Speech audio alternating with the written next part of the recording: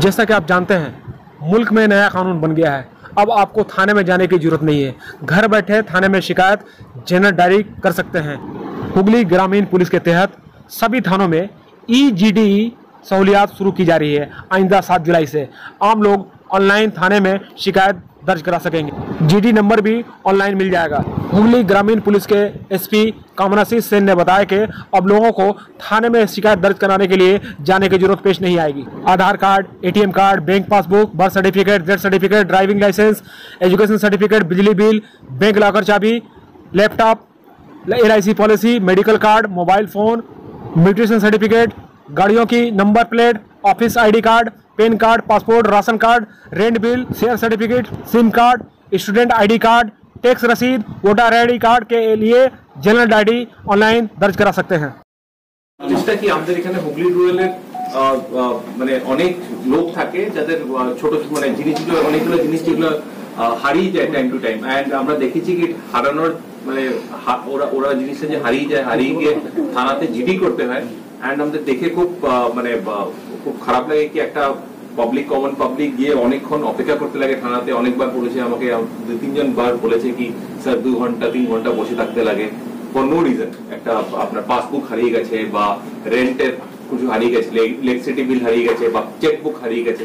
তো যে জিনিস কেন কি ওটার জিডি লাগিয়ে এন্ট্রি, কারণ কি যেখানে আপনার জিডি এন্ট্রি যদি না হয় তার পরবর্তীকালে ওটা ইস্যু করতে যে এজেন্সি আছে যেখান থেকে হারিয়েছে ওটা ইস্যু করতে অসুবিধা হয়।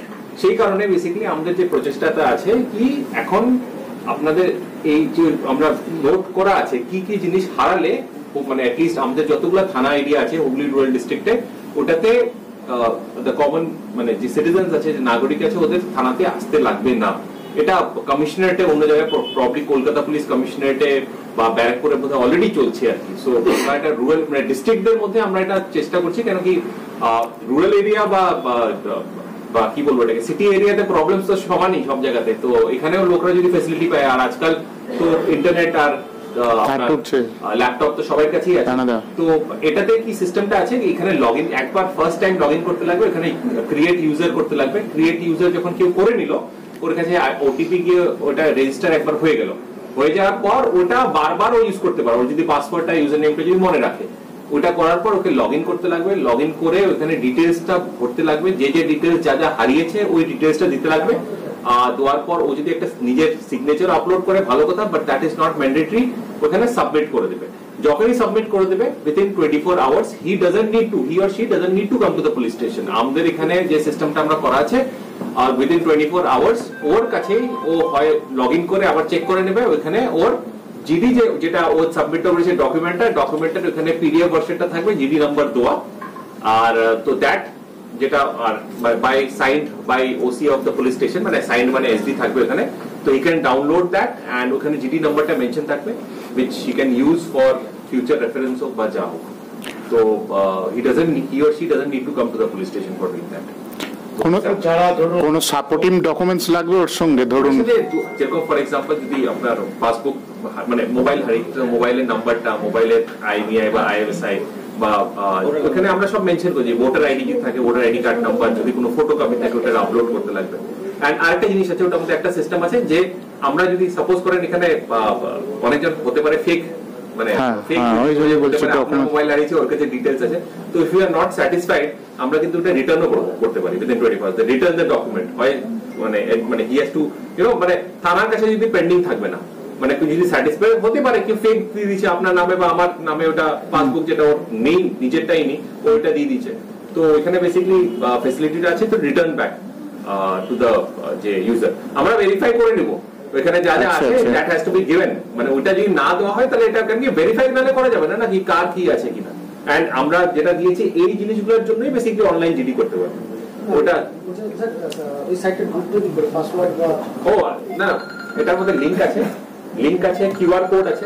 কোড দেওয়া আছে আচ্ছা। এটার মধ্যে আমরা যেখানে সবগুলো থানার মধ্যে আমরা যে পোস্টার এই যে আপনার ব্যানারটা থাকবে, ব্যানারের মধ্যে QR কোডও থাকবে। আজকাল তো সব মোবাইলে কোড স্ক্যান করে নিতে পারবে। বা আমাদের হুগলি রুরাল ওয়েবসাইটে, হুগলি রুরাল ফেসবুক পেজে বা সব জায়গাতে পার্মানেন্টলি ওই লিংকটা থাকবে। ওই লিংকটাকে ক্লিক করলে লিংকটাকে যদি আপনি ক্লিক করেন আপনারা নিজে একবার দেখে নেবেন। It's very easy. ফার্স্ট একটা নিউ ইউজার ক্রিয়েট করে আপনার ইউজার নেম আর পাসওয়ার্ডটা যেটা দিয়ে করছেন ওটা একটু মনে রাখলেই হবে। তো নেক্সট টাইমে আপনারা যখন ফার্স্ট টাইমের জন্য হোক বা নেক্সট টাইমের জন্য হোক দ্যাট ইউজার নেম আর পাসওয়ার্ড করে আপনারা ইউ ক্যান, যখনই লস্ট আর্টিকেলস, আমরা সব আর্টিকেলস গুলো মেনশন করে দিচ্ছি। তো এটা ছাড়া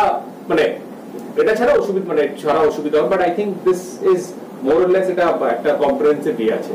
তো দিস ইজ বিং ডান। এটা অন্য কমিশনারেট এরিয়াতে কলকাতা পুলিশে অলরেডি হচ্ছে, সো দ্যাট থানাতে যত কমরা লোকরা আসতে পারে, যত কম ওদের হয়রানি হোক বা ইয়ে হতে পারে, এটার জন্যই। রুরাল এলাকায় কি এই প্রথম? রুরাল আপনার যেমন অনেক ইলাইট ফার্মার পার্সন আছে তারা, হ্যাঁ একদম দ্যাট ইজ, ওটা তো চলবেই, নর্মাল প্রসেস থাকবেই থাকবে, দ্যাট ইজ, আমরা ওটাকে সরাচ্ছি না।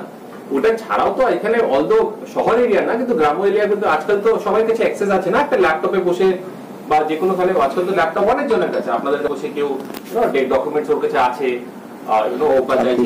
আপনি জিডি নাম্বারটা যদি পেয়ে যায়, অনেক থাকে না আপনাদের কি হারিয়ে গেছে স্যার, একটা জিডি করতে আসছি, জিডি নাম্বারটা পেয়ে যেতে পারি। তো হি or she doesn't have to go to the police station for doing that.